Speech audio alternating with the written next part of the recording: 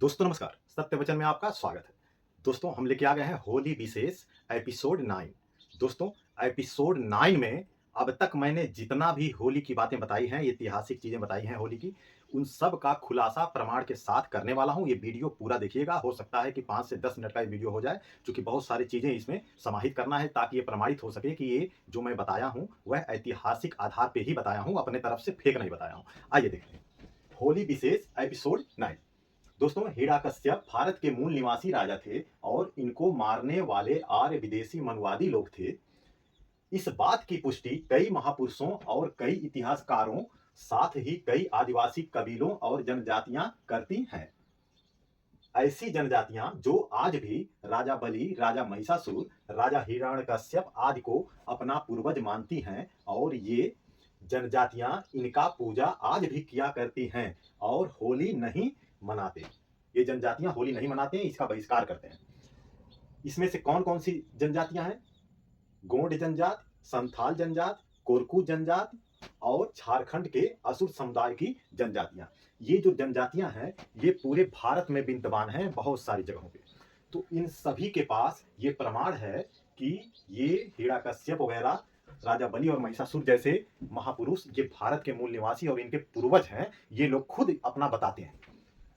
झारखंड के असुर समुदाय, इन जनजातियों में इनका सांस्कृतिक पहचान मौखिक रूप में विद्यमान है, जो पीढ़ी दर पीढ़ी आगे बढ़ाई जाती है। इनका कोई लिखित ग्रंथ नहीं होता। दोस्तों ये जो जनजातियां होती हैं, इनके पास इनका खुद का कोई लिखित ग्रंथ नहीं होता, क्योंकि ये पढ़े लिखे लोग नहीं होते थे।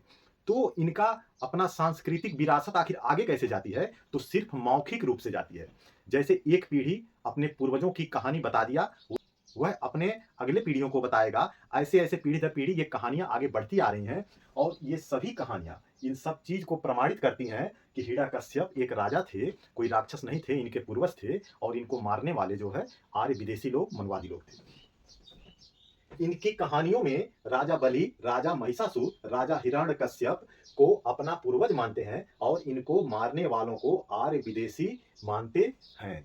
आपने देखा, ये था जनजातियों द्वारा प्रमाण, जो कि ये आज भी आप इन सभी जनजातियों के बीच में चले जाएं और उनसे कहानियां पूछ लें, तो ये चीजें प्रमाणित करती हैं कि हिरण्यकश्यप, राजा बलि और महिषासुर जैसे बहुत सारे भारत के मूल निवासी इनके पूर्वज थे, और आर्य विदेशियों मनवादियों ने इनको छल और कपट से इनको मार दिया, इनका राज हड़प लिया और इनको राक्षस जो है नाम दे दिया।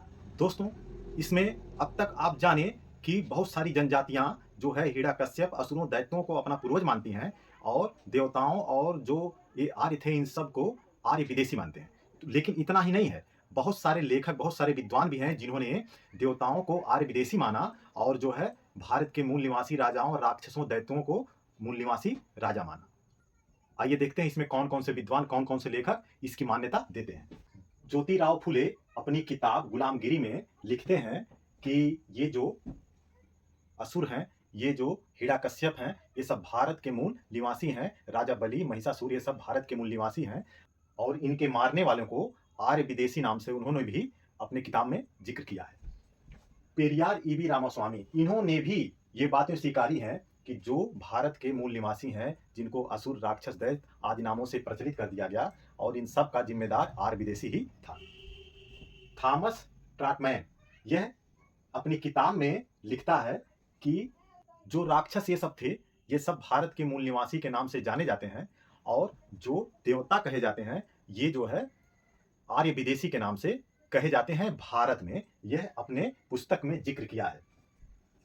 गैल ओम्बेट, यह अमेरिकी मूल के भारतीय समाजशास्त्री ने फुले की बात का समर्थन किया है, और जे जे जीमर ने भी समर्थन किया है। किस बात का? कि ये जो असुर, राक्षस वगैरह हैं, ये सब भारत के मूल निवासी हैं, और ये सब आर्य विदेशियों की चाल थी इनको राक्षस वगैरह बना देना। अब यहाँ डेविड फेराउली ने भी इस बात का समर्थन किया है। और सबसे बड़ी बात कि इन सभी ने देवताओं को आर्य विदेशी के रूप में चित्रित किया है, और असुरों, दानवों, दैत्यों, राक्षसों आदि को भारत के मूल निवासी के रूप में चित्रित किया है।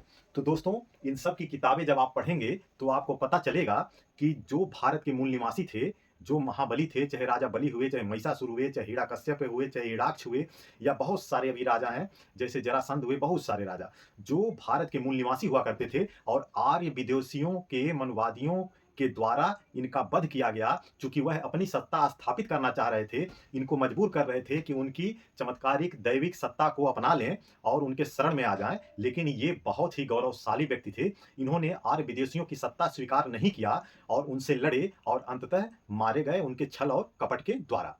तो दोस्तों, ये था होली का सबसे बड़ा खुलासा और किन किन द्वारा ये चीजें कही गई हैं, बताई गई हैं, कहाँ से मैं ढूंढ ढूंढ के लाया था। तो आप लोग जान गए। बहुत सारे लोगों का ये सवाल था कि आप कहाँ पढ़े हैं, कैसे सुने हैं, कहाँ जानते हैं। मैं हर एपिसोड में इसकी बात नहीं बताना चाहता था, इस नाते एक अलग ही एपिसोड में इसको बता दिया हूँ। अब आप लोग जा सकते हैं, इन सभी को किताबों को पढ़ सकते हैं, खोज सकते हैं। कहीं ना कहीं थोड़ा थोड़ा आपको जानकारी बहुत सारा मिल जाएगा, ये साबित करेगा कि ये सारे राक्षस दैत्य दानव सब भारत के मूल निवासी थे और जिनको देवता और अन्य नामों से प्रचलित किया गया इनके मारने वालों के लिए, तो वो सब आर्य विदेशी थे। दोस्तों, ये सभी जानकारी आपको कैसी लगी जरूर बताइएगा। नमस्कार दोस्तों, रुक जाइए, अभी एक एपिसोड, अंतिम एपिसोड, 10वां एपिसोड बाकी है। उस 10वें एपिसोड को जरूर देखिएगा, बहुत ही महत्वपूर्ण एपिसोड वो भी है। नमस्कार दोस्तों।